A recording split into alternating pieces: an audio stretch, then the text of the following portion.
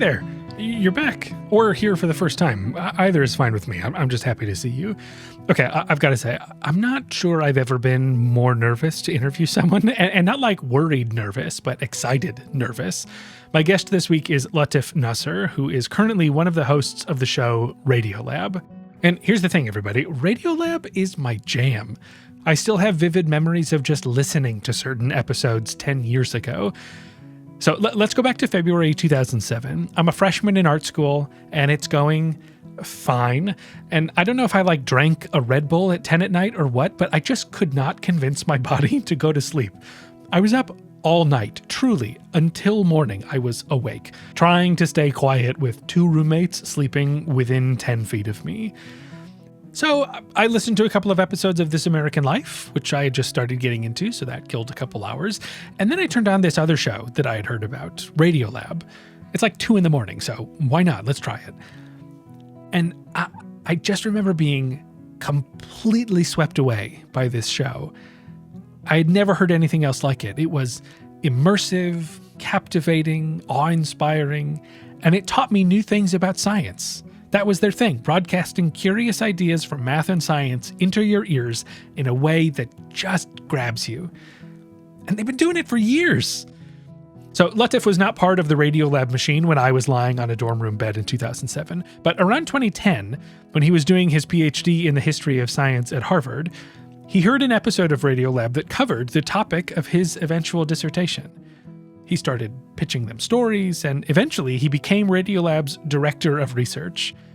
In 2020, he became a co-host.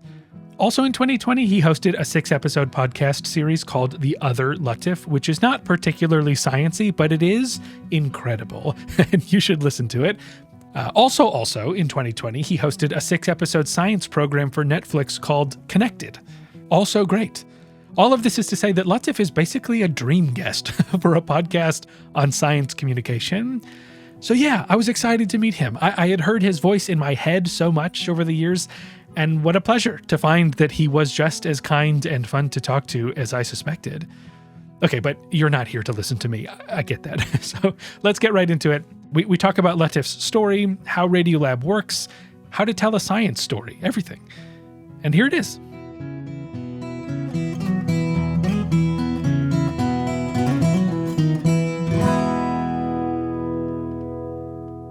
So the way I'm going to frame this question is, if your life was a biopic where everything actually did flow one to the next, what would those early scenes look like that make us go, oh, this guy is going to be great at telling science stories eventually? What was going on childhood, young adulthood? What were you interested in, fascinated with? I think the early scenes are it would be the most boring biopic. Everybody would walk out at the beginning, but because it's a happy, fun, I think I had a wonderful, grew up in an immigrant family in the suburbs of Toronto. Both my parents were, very hardworking people, but also kind of sweet and curious and encouraging, and I think even more so than the sort of traditional stereotypical immigrant family. They really both my sister and I became journalists somehow, which is we didn't know any journalists. That wasn't even an option. I didn't know what I wanted to do. I took one of those aptitude tests. It told me to go into the military. I was that is this. I don't know anything except that this is wrong. That I do not belong in the military. I think probably the scene you would start for as the budding science communicator was me kind of in science class, coming in, especially in early high school. Coming in.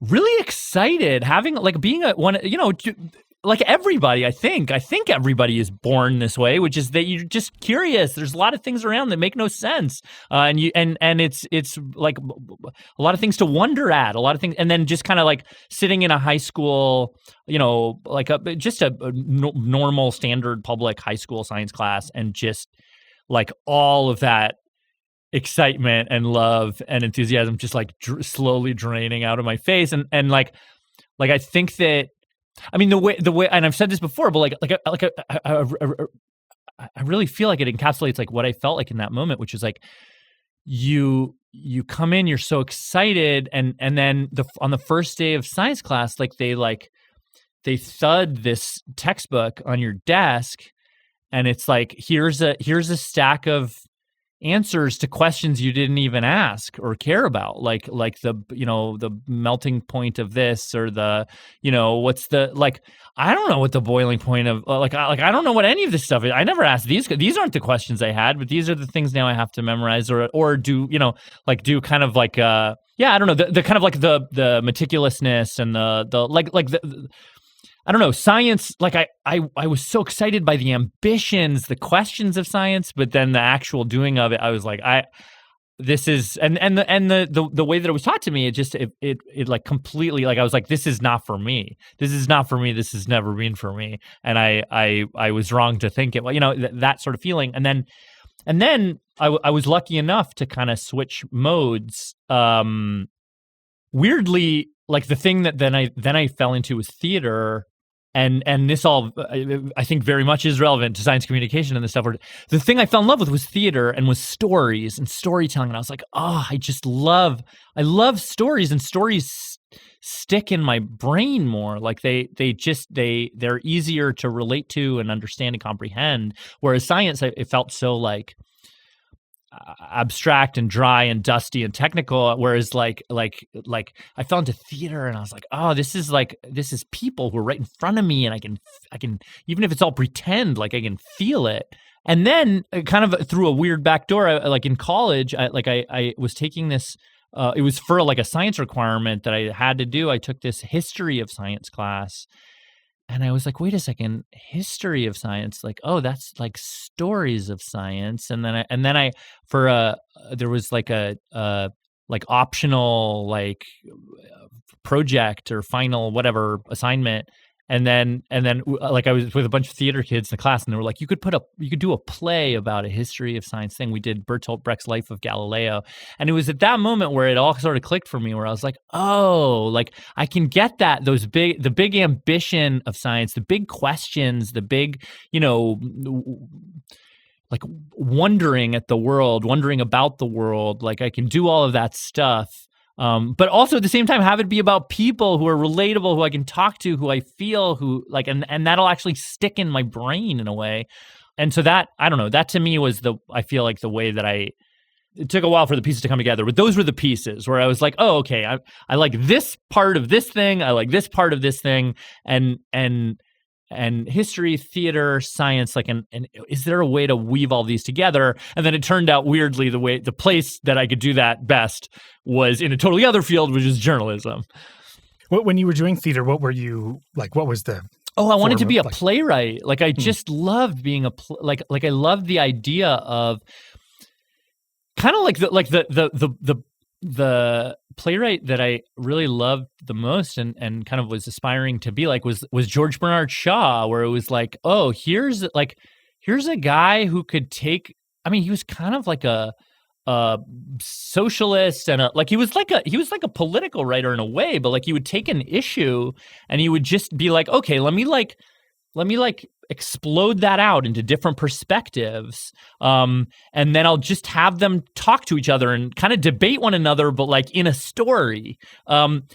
And that's kind of what I do now. Like, it's like, oh, I'm going to take other people's voices and I'm going to write these other people, and they turn out to be real people, not pretend characters, and I have to take more care with them. But like, I'm kind of writing with their words into one another and having them debate one another in a kind of narrative shape. Like I kind of feel like that's sort of the genesis and inspiration. And like I wanted to be a playwright. I wanted to write with other people's words, and now that's kind of what I do, I feel like. Would you ever do something that's more fiction oriented eventually? Is that I think there's definitely, for sure. I have, oh man, I have so many ideas and visions and half started projects that I'm like, that are still like halfway between being a glint in my eye and being like a draft on paper. But like, there's a lot of things that I think, especially in science, where there's so many things. I mean, so many of the topics we do, like I think I'm drawn to stories that are like dramatic and maybe in a cinematic or theatrical way, and like that you can't always get the thing, that you want. I don't know. Yeah, I think fictionalizing, like there's so many things that there's a limit to what you can actually know, and then when but I'm still hungry, I still want more. So why can't I just imagine it? I'm drawn by that all the time. So if we fast forward to now, how would you describe what you do now? Like, what does your job entail today? Yeah. So in particular at Radiolab, there's sort of two parts of my job, I guess, mostly. One is as a reporter, and I pitch my own stories, I report my own stories, I help produce my own stories, not like to a far lesser degree, the producing. So that all is like the majority of my job, because that's the part I love. And then also I'm a host, which is to say I'm kind of like, I help kind of shape the editorial vision of the show. I help hopefully mentor and nurture other folks on staff and outside the show, and try to put stuff out there as a show that you can't find anywhere else, and stories that really will make people see the world in a whole new way. I don't know, maybe that's vague and highfalutin or something. I mean, so I came to Radiolab in 2006. I think I was a freshman in college. Oh, before me. You've been listening before I was listening. Yeah, sure. And it still remains in a league of its own. There's really just something about it that's like, it established this tone and voice, and it's shifted over time, but it's never strayed from just being what it is. And that's sort of it morphs, but it doesn't morph into something that's already out there. It's evolving in its own brand new direction. A high compliment, and from such I feel like a connoisseur of science communication as yourself, it's high praise. So if we think about how to do that, how to pull that off and tell these kinds of stories, maybe want to get into nuts and bolts, decisions you make when you put these stories together. Actually, before we get there, one of the things that I was thinking when you were describing your role is something I heard you say. You were distinguishing between writing a dissertation and reporting stories for Radiolab. Yeah. And a critical difference is that you're doing one of those things completely by yourself. Yeah. And you're doing the other on a team. Yeah. And so, if you're to weigh the pros and cons of having complete control and driving this whole thing yourself versus being a team player, what's the difference between those two ways of doing this? That is such a crucial difference. And to me, I think it's something and especially if we're talking to kind of people out there who are thinking of getting into this field, or thinking of what sort of way they want to get into this field, that is such a crucial difference. And it's such a personal, idiosyncratic thing. For me, writing a dissertation, which I did for years, labored over doing original research on a story, it is amazing to have the freedom. It also, I mean, you can kind of drown in the freedom of I can research anything. Even if I'll solicit advice from people, but I don't have to take it. I can forge my own path. I can frame things how I want. I can pitch them where I want. I can carve up this idea here. This I'm putting on. This is a tweet. This is a article. This is a podcast. This is this thing. You can kind of you have this infinite freedom. As long as you can feed yourself, I guess. But to me, that all of that freedom, it was the kind of I was just in cold libraries by myself all the time. The cold and the loneliness, it broke me. And also even after that, I tried to sort of be a freelancer. I was a freelance journalist for maybe a year or two. And that was really hard. That was so hard. You're just kind of waiting on emails from people, and you are, I don't know. There was a kind of I don't know, and it almost like doing original research, and then when you find something incredible, amazing, so exciting that you want to share with someone. Like I would go to my then girlfriend, now wife, and I'd be like, "Oh my god, I found this amazing thing," and she'd be like, "Great, so great, but can you pick up the milk or whatever?" Yeah. So like it just was a thing that was, it felt like you were sort of in it alone, and it was a quite lonely feeling, and that was a feeling where I was like, I don't want to do this. And then what I noticed starting to do stories with Radiolab and other places where I was like, oh, this, like, I can trade some of that autonomy for both camaraderie, being on a team where you can get in the weeds with people and just like have fun, but then also, like when you're doing it with the right people who are kind, but also critical, but also competent, who know, like they can take something and make it so much better than you ever could on your own. And there are definitely, in that jumble, in that collective making, there are compromises for sure. Like there are things that you love that get cut. There are things that big ideas you have that, that don't make it. And you also have to be assertive in certain ways. And you also have to be, you have to really like fight for your own.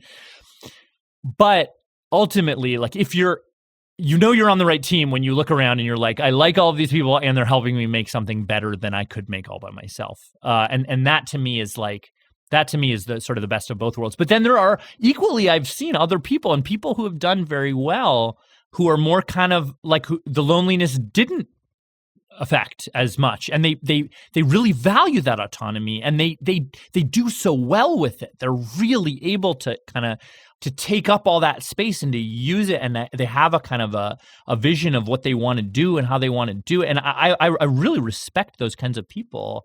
But I learned kind of the hard way that I wasn't one of them.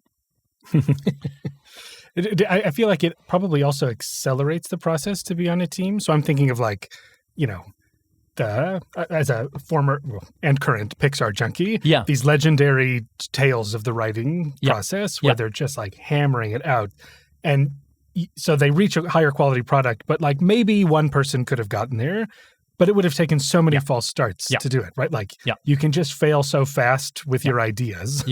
When you have other people checking you at every step of the process. That's right. Yeah. That's right. That's right. And I mean, I guess the flip side of that is like, maybe if you're on your own, one of those ideas that would otherwise have gotten nipped in the bud by one of your collaborators, which was so weird and out there that, that you alone could have taken it to that. Like that's possible for sure. But at the same time, I do think you're right. Like it's sort of like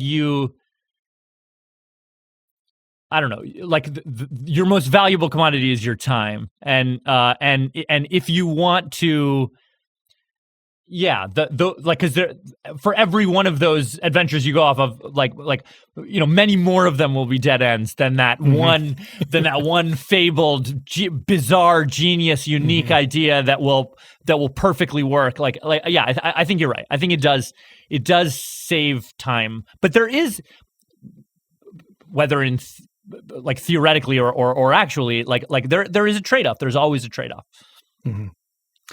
So in terms of putting pen to paper and making one of these stories, I want to go back to something you said about the problem in textbooks is that they give you answers to questions that you don't have. Yeah. And so I've heard you sort of say that like when we talk about science, that's usually the frame we use, right? Like look at all this stuff we know now, but without like a driving curiosity to make that matter. Yeah. And so what does it mean to you to center a story on a question as opposed to on an answer? I think it's everything. Like to me, that's I think Radiolab's MO.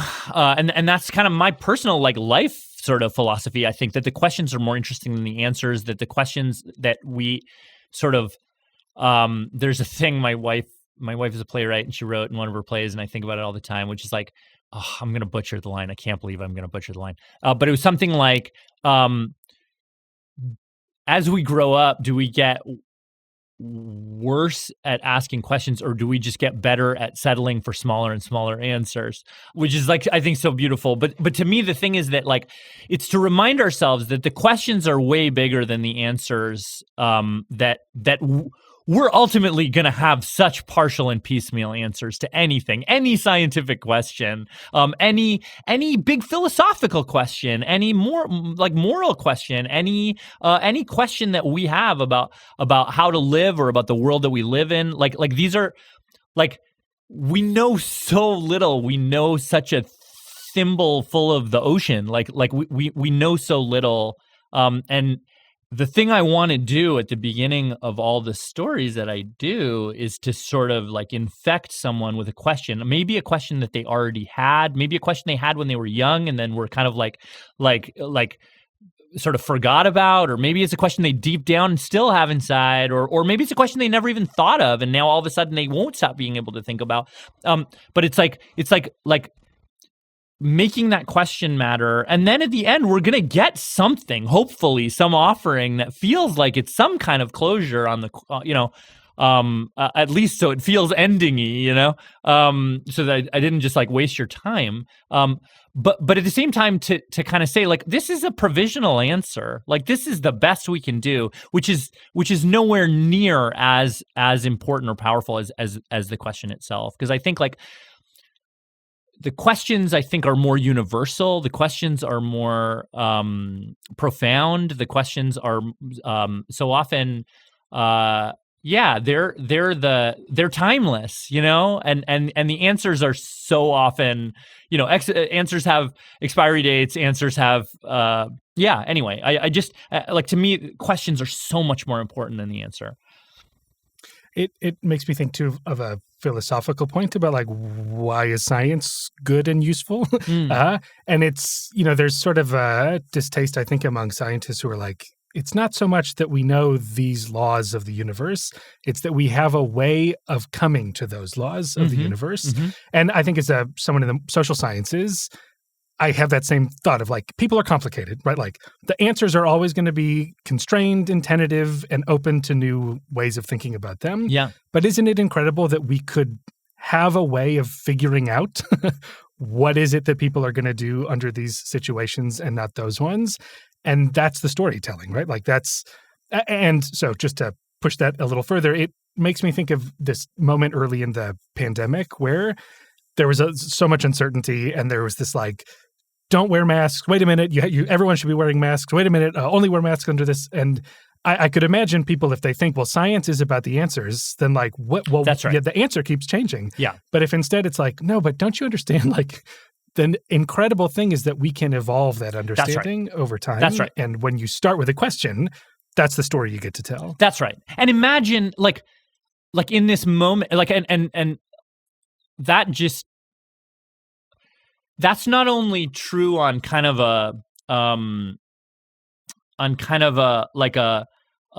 science ethical, like, point of view, but that's also true, I think, like, in this moment, and the pandemic moment is like a especially good example of it, where there's tons of misinformation. People feel jerked around. Like, it feels like, and I think they think of science like a kind of a parent who's telling you what to do. And one day, wine is good for your heart, and the next day it's bad for your liver. And then you're like, what the hell? Like, make up your mind. It's like a, it's like, of course I'm going to feel jerked around, and I'm not going to believe what you're saying if you're telling me contradictory things every time. And the headlines that we lead with are the answers that are going to be proved wrong tomorrow. Like to me, there's a kind of truth and ethical, like, from the source, but then also from the receiving end of that information. There's like a quit dicking me around, and every time you do that, I trust you a little less. But if we talk about science more as the process and the questions than as the answers, it prepares people to get jerked around, and it doesn't feel so bad. I have a friend who does work on when we feel conflicted about whether something is good or bad. And you meet someone, they do something great, then they do something questionable, and you go, I just don't know how to feel about this person. But if you can prepare people for the reality that people are complicated, they're not as bothered when they see this conflicting set of behaviors. They Right. go like, yeah, that's what people do.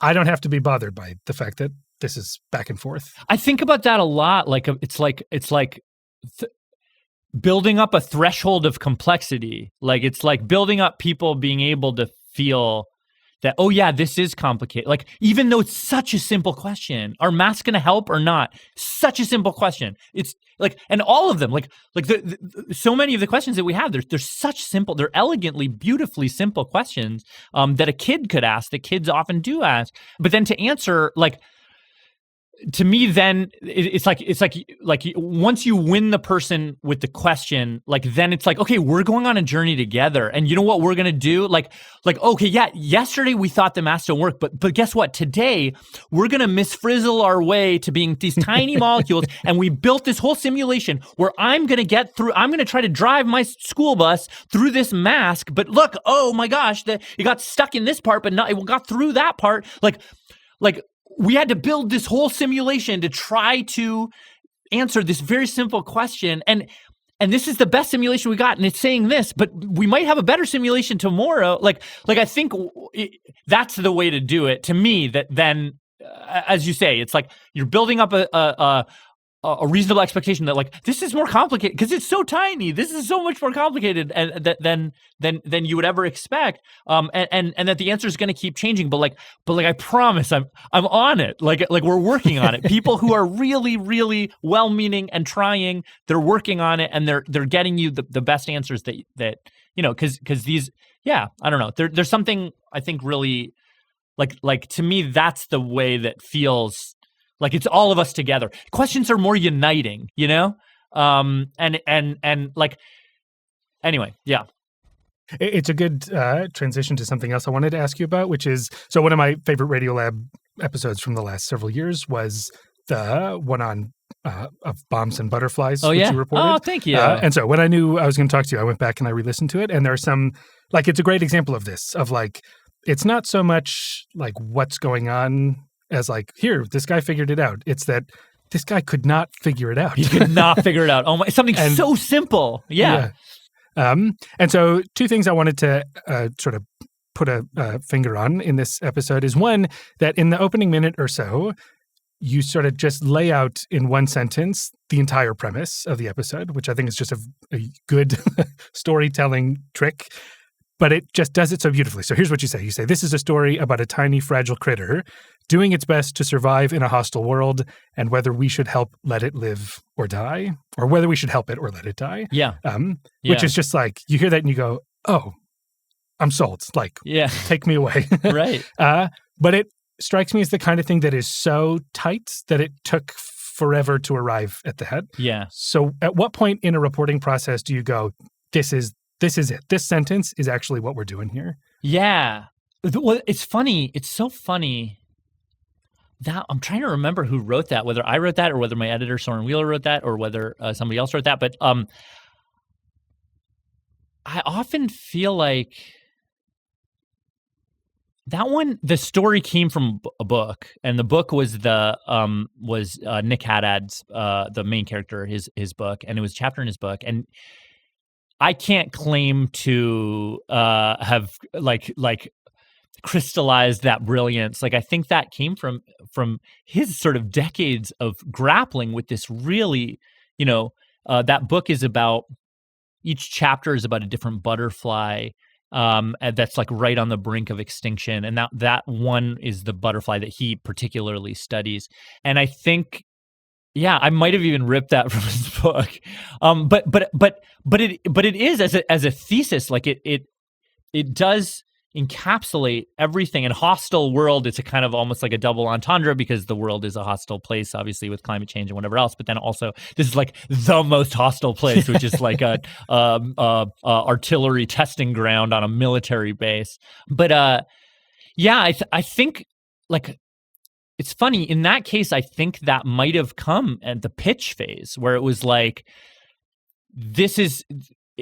it's so stark an example of something that feels so universal and common, and a kind of a question we have about endangered species and our place as stewards on this planet. But it's true that sometimes that doesn't come until the very end. Yeah, so I wonder how often that's the case. So it sounds like in this case, this was a story worth pursuing because this hook was because the hook present. was there. Exactly. Yeah. But yeah, does it happen that you sort of go down rabbit holes and only later do you go, oh, actually, the story's about this?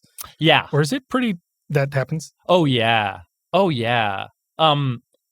Sometimes long after, I feel like I had a conversation with my wife the other night where I was telling her about a new story I'm working on. She's like, "You're really interested in," and then she just basically said one line that was like 5 of my stories, and and it never dawned on me that any of those stories were connected.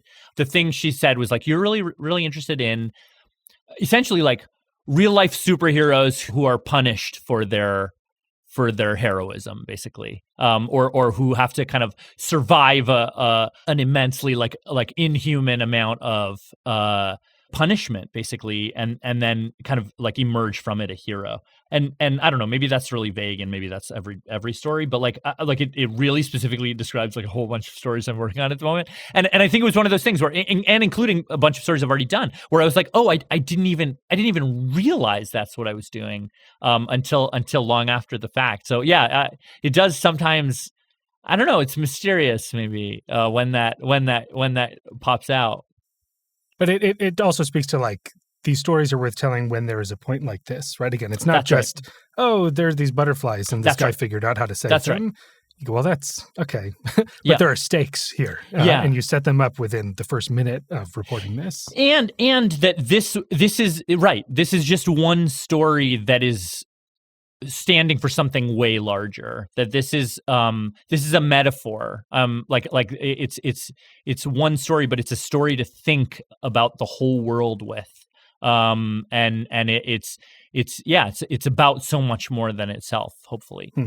It strikes me that that's maybe a freedom of journalism as opposed to the scientists themselves. Mm-hmm. So, That's right. I think about when I try to convey these sorts of things, I go like, well, I've got a lot riding on you appreciating what we found. Right. The thing I find so interesting is like, this is something that we know now. And, it's worth considering whether, like, what's the goal? Is the goal that I teach you something, or is the goal that I like take you on this journey and I use this as, like you're going to learn about like how butterflies survive and like the importance of these other things. But it's really, we're going to end with like a question that you're not going to resolve and you're going to have to sit with for a while. That's like a very journalistic move that I don't know that scientists are as trained to pull off. Yeah, it's true. It's true. And it is funny. It's a funny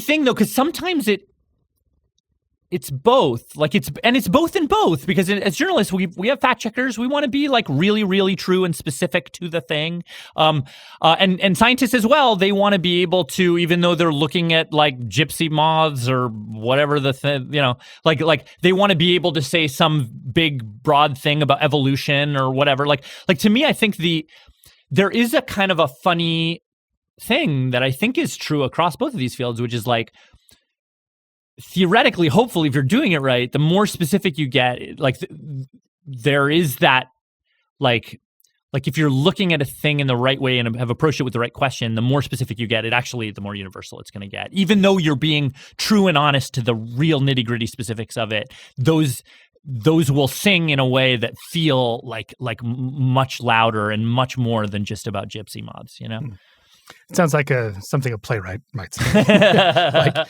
the story that is real and authentic can tell more stories than just the one, as opposed to one that's trying to make a general point. I think so, because because it's in those nitty gritty details where it surprises you, like where you couldn't have predicted the, even if you do know the big shape of the thing, like it's like there's this one detail that'll come out and they'll be like, what? And how does that?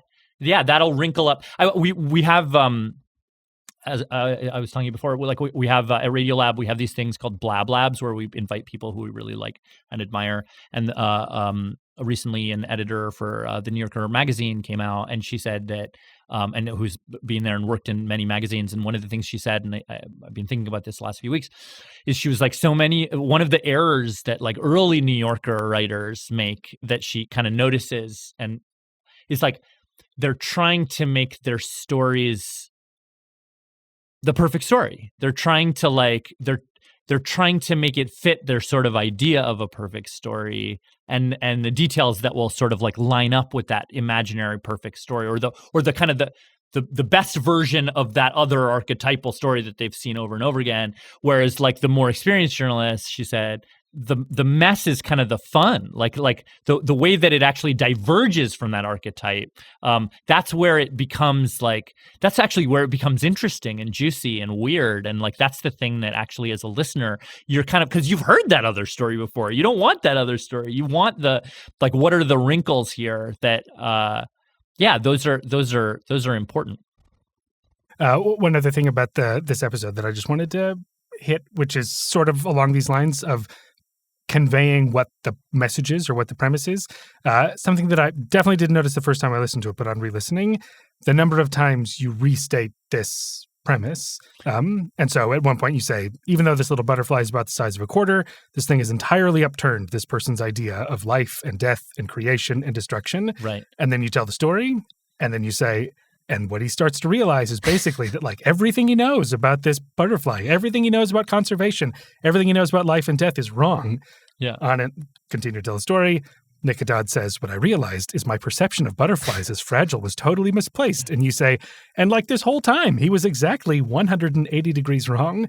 So it strikes me that is an importance, just like making sure we all get like why this is so important. Yeah. But there's a delicate balance where like, by the fifth time you say it, we go, yeah. I know. And maybe I'm like hearing you say it, I'm like, oh God, we like handheld and explode. No, but yeah, I think it's a great, because it is often also like so many, like, and even the evolutionary biology here and the like it can get really technical, and it's like hard to like, and so you want people to have enough of it that they are getting a feeling for it and they can understand it, but like, you also want to kind of signpost and like hand wave and be like, no, but this is so dramatic. Like, look what's happening here. It's so cool. And it was surprising. And it was like, there's drama here and suspense. What's he going to find? Like all of that stuff. Like you want to do all that, but you also don't want to obviously like handhold too much. And like, people are like, okay, thanks dude. I got it. And I think there is, there's a fine line, but like, and you never know whether you're hitting it or not. But like, but you do. To me, I think different people at Radiolab sort of land in different ways. I'm on the like, I want things to be super clear. Like, just dumb it down for me. Tell me really, really simply. Like I would rather everybody knows what's going on, and we kind of can, we can kind of all walk together.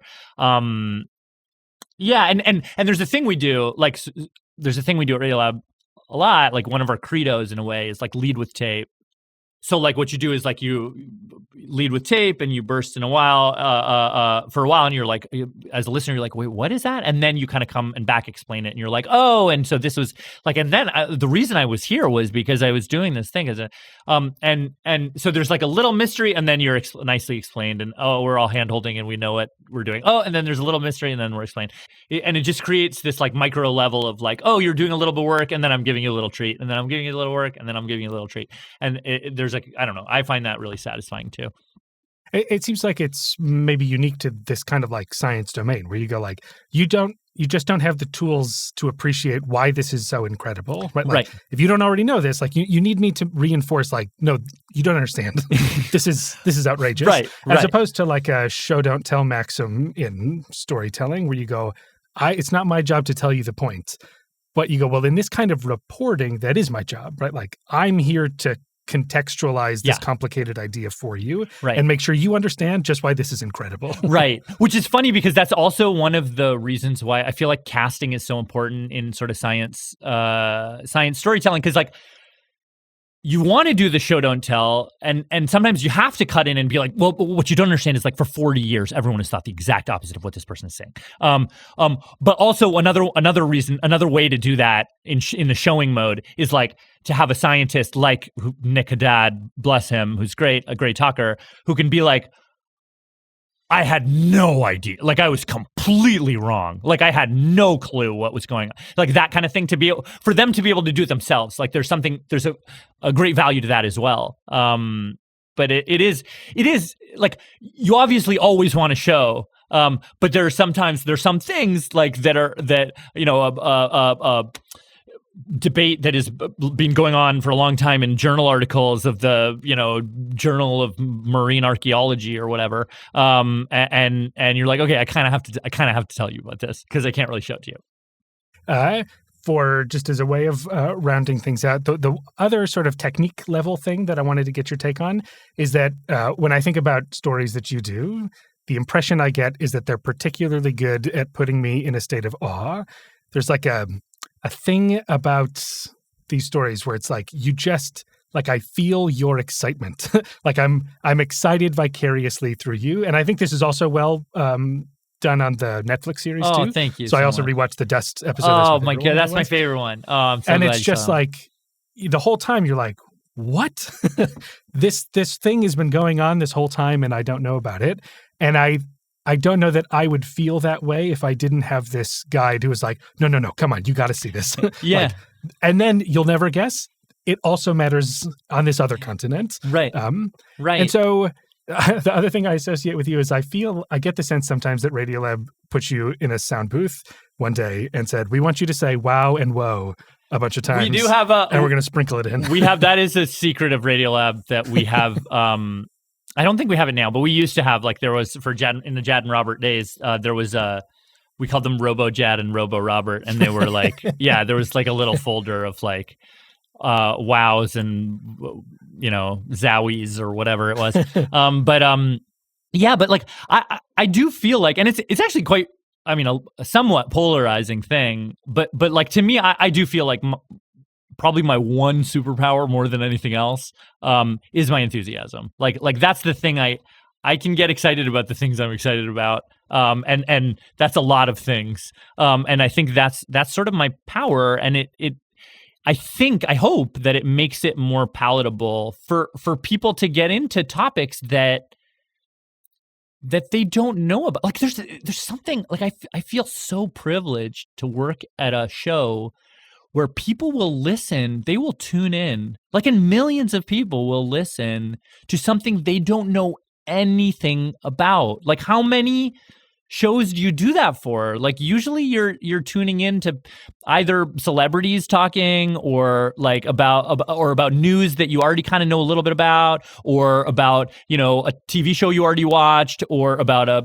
sports match that you're about to watch or have just watched. Like, I'm going to tell you about a obscure sport you've never heard of. I'm going to tell you about, for Sci-Hub, most of our listeners, like a website you've never heard of, or for, like to me, I think that's really cool that we have that ability. And to me, I think the enthusiasm is, in a way, it's like a way to promise, like, this means a lot to me. And I'm putting a little bit of my heart on the table, and like, and it's okay if it doesn't mean anything to you, but it means a lot to me. So, and I'm trying to share it with you in good faith, and not ironically, or because I'm like, angry about it or pissed about it. Like, I actually think this is like a beautiful thing that people ought to know.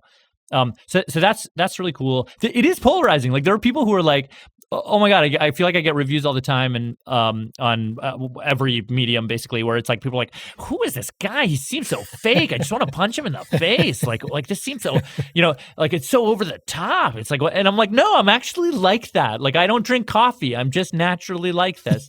But to me, I think it's like, it's just a kind of, I don't know. There's a kind of honesty about it. There's a kind of like, I think it's a way to, I don't know. It's a helpful gateway drug into a topic you don't know, and it's like, that's a harder thing for a lot of people to do. It's to kind of venture into a topic that they know nothing about. It also strikes me as kind of a kindness to the people who you're featuring, right? They're sort of like, this is also like, this person is probably even more excited than I am. Like, and I just want to I want to amp you up so that like you really can That's pay right. attention to this other person. That's right. And so, yeah, so that's so I guess like nuts and bolts, is there anything you would say that you do to sort of like part of this, I think, is at the pitching and rejecting stage where you go, well, we're only going to do this if I am excited. That's right. That's right. That's right. But even still, you could be excited about something and it won't read on the radio. Or so for so many of these stories, you're working on them for a long time. Like your excitement, it's there are peaks and crests and like it troughs. You know, where there are moments where you're like, why am I doing this story again? What the hell? To me, I think one thing is to, when you first find an idea and it's like a little, ember, or not an ember, it's a little, a glint of a whatever, flint of a whatever, spark was the word I was looking for. It's like document that, like do a voice memo to yourself or write a little, like, and my pitches for me are like kind of they're like compasses in a way. Like I write my pitches in a way specifically so that I can 3 months from now when I'm working on this thing and I've forgotten, like, I'm like, why does anybody care about this? Why should I ever, why did I ever care about this? I can read that pitch and be like, oh, that's why. Because because it scratches this itch, or it answers this question, or it asks this question, or I've seen a million stories like this, but I've never seen a story like that, or who would, if I was in that position, I would have done the exact opposite thing than this person did. And like, what an extraordinary thing. Or who would have thought that they would have found this thing in this place, or whatever it is. Like the thing that actually is the hot center of the enthusiasm for you, like write it down. Like don't trust that that'll always be there for you. Like keep that and hold that and use that all throughout. And people are going to say stuff, what be they editors or people rejecting your story, or even people casually at parties who you'll start to tell them the story and then they'll be like, oh great, oh look, like a little miniature hot dog, I'm gonna go follow that instead, thanks, like that's more interesting than whatever you're telling me about. Anything that'll happen, like it's like use that thing as your sort of buttress to be like, yes, this is interesting, I know, because I trust my old self, I trust this thing that I wrote, that like this is interesting and the world ought to hear it, So the last, this is just like I want to get inside the Radiolab machine for a second. Please. Because one of the things that I love about the voice of the show is that it is somehow very conversational and very produced. Mm-hmm. And so I'm curious, like, how do you pull that off? Like, is this a case where this is way more scripted than I could possibly tell because you all are very good actors? Or not a good actor. I've sort of heard a rumor that there's a lot of like recording informal conversations a whole bunch of times and then cutting that as almost as if it is the tape, even though it becomes the narration. That's right. It's basically what you just said. So we have we basically, like, information management is important, so people know certain parts of the story, or someone comes back from a reporting trip and they don't talk until they get into the studio, and then you talk to them the first time, where the host is hearing that, and maybe the reporter is even saying that information for the first time in real time on the air, or whatever, on the mic. So then also what we do is there's a thing that we do after we do kind of a storyboard, we'll do a thing called a brain dump. And the brain dump is basically the reporter kind of loosely prepares the rundown of the whole story. And then the host will sit with the reporter and the reporter will tell it just very conversationally. And the hosts, who at that point maybe vaguely remember the pitch from like a year ago or something, or genuinely like just know nothing about the story, will sit and have honest, real human reactions to the kind of story that hopefully is being told in pretty similar to what will be the eventual structure of the story.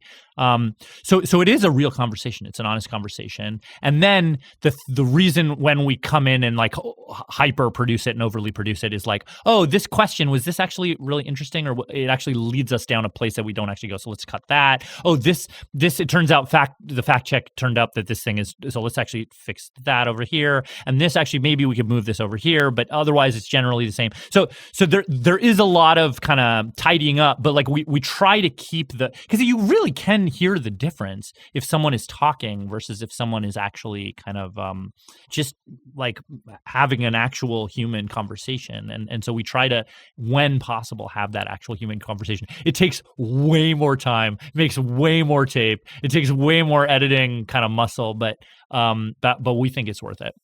Mm-hmm. All right. Well, now I know the secret. This has been super fun. I just want to say thanks for taking the time and talking about all this. This was a real treat for me. Andy, you're so kind, and I think what you're asking so many great questions, and you're like, I mean it. Like, you're sort of a connoisseur of this thing, and I feel like you know it even better than I do when I'm doing it. And it's kind of it's like, it's so nice to sort of pop your head out and be like, oh, what are we doing again? So yeah, I appreciate you, and this has been a really wonderful conversation.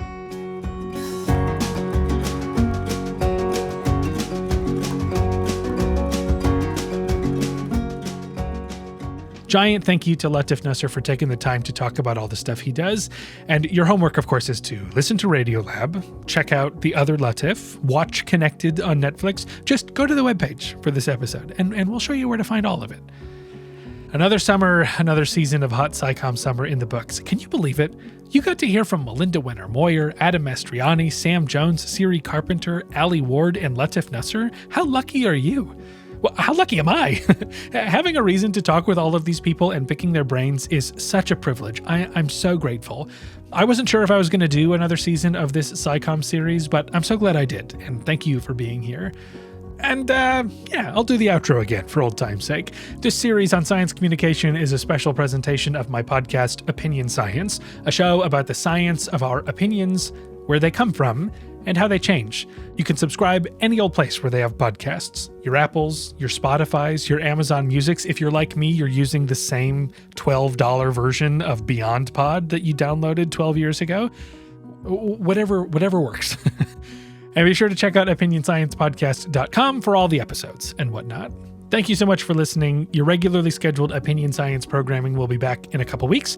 I talked to Dan Simons and Chris Chabris, the guys who were able to psychologically erase a whole dang gorilla from your attention.